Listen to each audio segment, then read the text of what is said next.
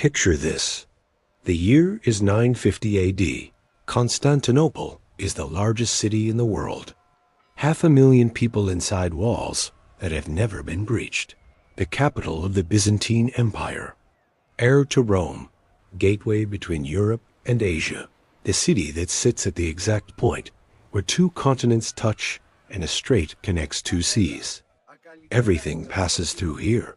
Silk from China, spices from India, gold from Africa, ideas from every civilization the trade routes can reach.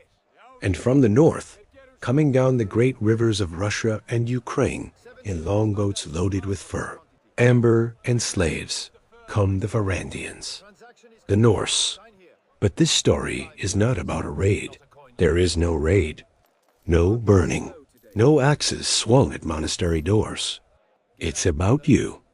You are a Norse trader from the settlement at Birka, on the island of Björk, in what will one day be Sweden. You have made this journey 3 times before, down the Volga, across the Caspian, overland to the Black Sea, and finally through the Bosphorus into Constantinople, which your people call Miklagar, the great city. You've been calling it that since you were a child, and the men who came back from the south described streets paved with stone and buildings that touched the clouds and a market that sold things no Norsemen had ever seen. They were not exaggerating. Today is your 3rd day in the city. You have furs to sell. Sable, beaver, fox, and a quantity of Baltic amber that the Byzantine merchants have been asking after since you arrived. Today you go to the market. Using Byzantine chronicles, Norse sagas, and the commercial treaties between Constantinople and the Rus Vikings. Documented as early as 907 AD, we've reconstructed what 24 hours as a Norse trader in ancient Constantinople actually looked like. Not the battlefield, not the longship, the counting table, the haggling. The moment a Norseman from the frozen north sat down across from a Byzantine silk merchant and tried to agree on a price. Let's step back 1,000 years. You wake in the quarter assigned to Varangian traders on the northwestern edge of the city. The Byzantine authorities do not allow Norse merchants to move freely through Constantinople. This is not an insult. It is policy applied to all foreign traders. You are permitted inside the city, permitted to conduct business, permitted to visit the markets and the churches. But you must stay in the assigned quarter. You may not carry weapons inside the walls. You may not move through the city in groups of more than 50, and all transactions must be registered with imperial officials. You agreed to these terms before you entered. They are written into the trade treaty. You have a copy. The quarter is loud this morning. 40 men from your party are crowded into a set of stone buildings near the Blascherny district, sleeping on floors, arguing over equipment, cooking over small fires in the courtyard in ways that the Byzantine neighbors find alarming. The smell of salt fish and wood smoke coming from a Norse camp is not what these streets are used to. You wash your face from a clay basin. You dress in your trading clothes. Not the rough wool of a sea crossing, but a better tunic, a good belt, the silver arm ring that signals to anyone who knows how to read it that you are a man of standing, not a laborer. In Constantinople, how you look matters as much as what you carry. You eat quickly. Dried fish, hard bread, a cup of water. Then you and your partner Halfdan, a broad, quiet man from Hidibi who speaks better Greek than anyone else in the party, set out for the market. The walk through Constantinople takes your breath away. It does every time. The streets are paved with stone. At home, even the largest settlements have dirt tracks that freeze solid in winter and become mud in spring. Here the stone is fitted so cleanly you could set a cup on it without it tipping. Drainage channels run along the sides. The city smells of 1,000 things. Spices, bread, incense from the churches, salt water from the Bosphorus. But it does not smell of the open sewer that most Norse settlements smell of by midsummer. The buildings rise 4, 5 stories on either side, plastered white or ochre, with carved doorways and glimpsed through open gates, courtyards with fountains, water moving through stone channels by its own pressure, arriving wherever the builders decided it should arrive. You have seen this 3 times now, and it still seems like sorcery. Halfdan walks beside you, reading the street signs in Greek, occasionally translating something he overhears. His Greek is functional, good enough to trade, good enough to argue, which in Constantinople are often the same thing. Yours is worse. You can count, name prices, and express displeasure. It has been enough so far. The silk market is in the central district, controlled directly by the imperial government. The Byzantine state does not simply tax commerce, it manages it. Silk production is an imperial monopoly. The prices at which silk can be sold to foreign merchants are set by officials. The quantities any foreign trader can purchase in a single visit are capped by regulation. What the treaty doesn't spell out is the texture of it. The officials at their desks with their ledgers, each with a stylus that moves slowly when they want it to and faster when the informal payment that is, not in the treaty, but is very much part of the system, has been made. Halfdan handles this. He is better at the patience it requires. The long preliminary conversation before any price is mentioned, the tea offered and accepted, the questions about your journey that are genuinely curious, and also a form of assessment. A trader who has made the journey 3 times is more reliable than one making it for the first time. Reliability is worth something in a price. You sit in the colonnaded market and watch the city move around you. A Greek Orthodox priest in black robes moving through the crowd. Arab merchants examining bolts of cloth with focused attention.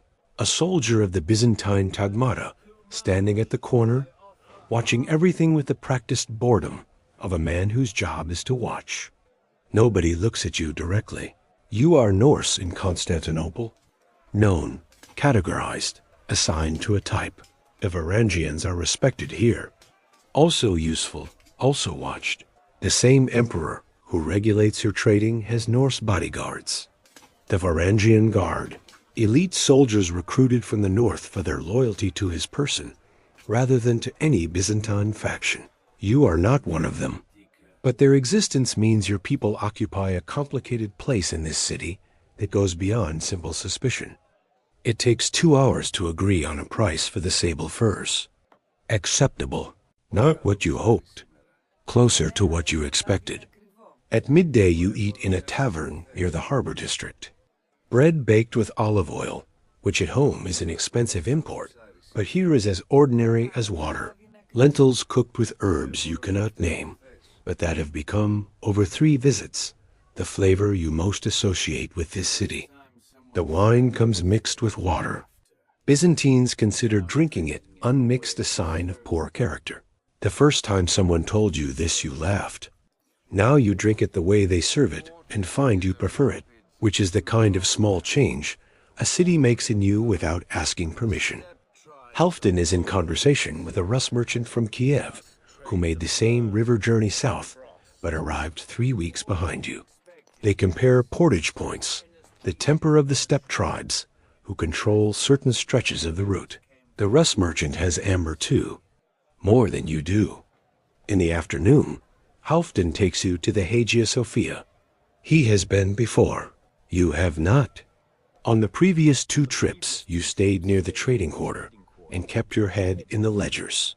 But Halfdan says you cannot come to Constantinople 3 times and leave without seeing it, and he is right. The church is incomprehensible. You have seen large buildings, the great halls of Norse chieftains, roaming ruins along the old trading routes. None of it prepares you for this. The dome rises so high above the nave floor that the mosaics at its crown are barely visible through the incense smoke and candlelight. The walls are covered in colored stone, porphyry, marble, verd antico, cut and fitted into patterns that seem to move in the shifting light. Gold covers the ceiling above the altar. Not gilt, gold. Around you, Byzantines at prayer move through the space with the ease of people for whom this is simply their church. their ordinary Tuesday afternoon devotion. The casual relationship they have with this building strikes you almost as much as the building itself. You stand in the nave for a long time and say nothing. You follow the old Norse gods, Odin, Thor, Freyr. You have seen Christian missionaries in the north and listened to them with the polite attention to a guest, which is not the same as belief. But standing inside this building, you understand something that the missionaries could not convey in words. Whatever this religion is, it has access to resources, human, material, organizational, that produce things like this. That is worth thinking about on the journey home. By evening, you are back in the trading quarter, accounts settled, purchases recorded. The amber went for a better price than the furs. You expected this.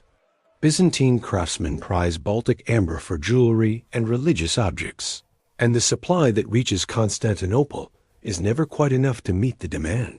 You have made, over the course of 3 days, a profit that justifies the 4-month journey from Burka. The men in the quarter are in varying states of contentment. A few traded well and are generous with their wine tonight. A few traded poorly and are quiet. One man got into an argument with a Byzantine official over a disputed weight measurement and is currently being negotiated out of a situation that could end his trading privileges in the city. Halfdan is handling it. Halfdan handles most things. You sit outside in the courtyard as the city darkens around you. Constantinople does not go fully dark. There are too many lamps, too many fires, too many people moving through the streets, even at this hour. The harbor below is lit with torches. Somewhere across the water, the lights of the Asian shore glow in the dark. You are sitting, at this moment, between Europe and Asia, between the Norse world and the Byzantine one, between the world you came from and the world you cannot quite stop thinking about on the journey home. You think about what you will bring back besides goods. The stories are worth something too.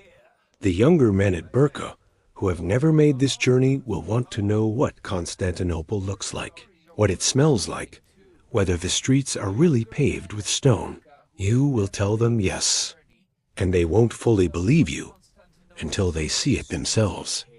That is how the world spreads, not through conquest, or not only through conquest, through the men who come back from somewhere remarkable and cannot stop talking about it.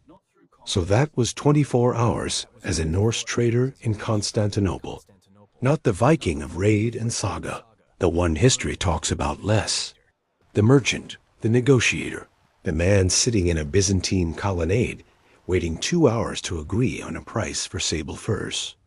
The relationship between the Norse world and Byzantium was one of the most consequential commercial connections of the early medieval period. The Varangian trade routes, down the Volga, down the Dnieper, across the Black Sea, moved goods, people, and ideas between the frozen north and the most sophisticated urban civilization in the Western world. The Varangian Guard that protected Byzantine emperors for centuries was recruited from the same population as the traders. Some men came to sell and stayed to fight. Some came to fight and stayed to pray. Constantinople changed everyone who spent time in it. In 950 AD, the city was at its height. The Norse world was changing too, Christianity moving northward, the raiding era giving way to the trading era, chieftains becoming kings, longship crews becoming merchant fleets. The man we followed today was part of that transition, not a warrior from the old poems. Something newer, more complicated, harder to make a saga out of. A man between two worlds, carrying furs south and ideas north, who stood inside the Hagia Sophia on a Tuesday afternoon and came home with more than he went looking for. Thanks for watching Lives of the Ancients, bringing these in-between moments to life. The trade, the negotiation, the ordinary days inside the extraordinary world is what this channel is built on. If this journey between two worlds meant something to you, hit subscribe for more immersive history and drop a comment. What ancient trader, soldier, priest, or ordinary person should we follow next? Egeneto.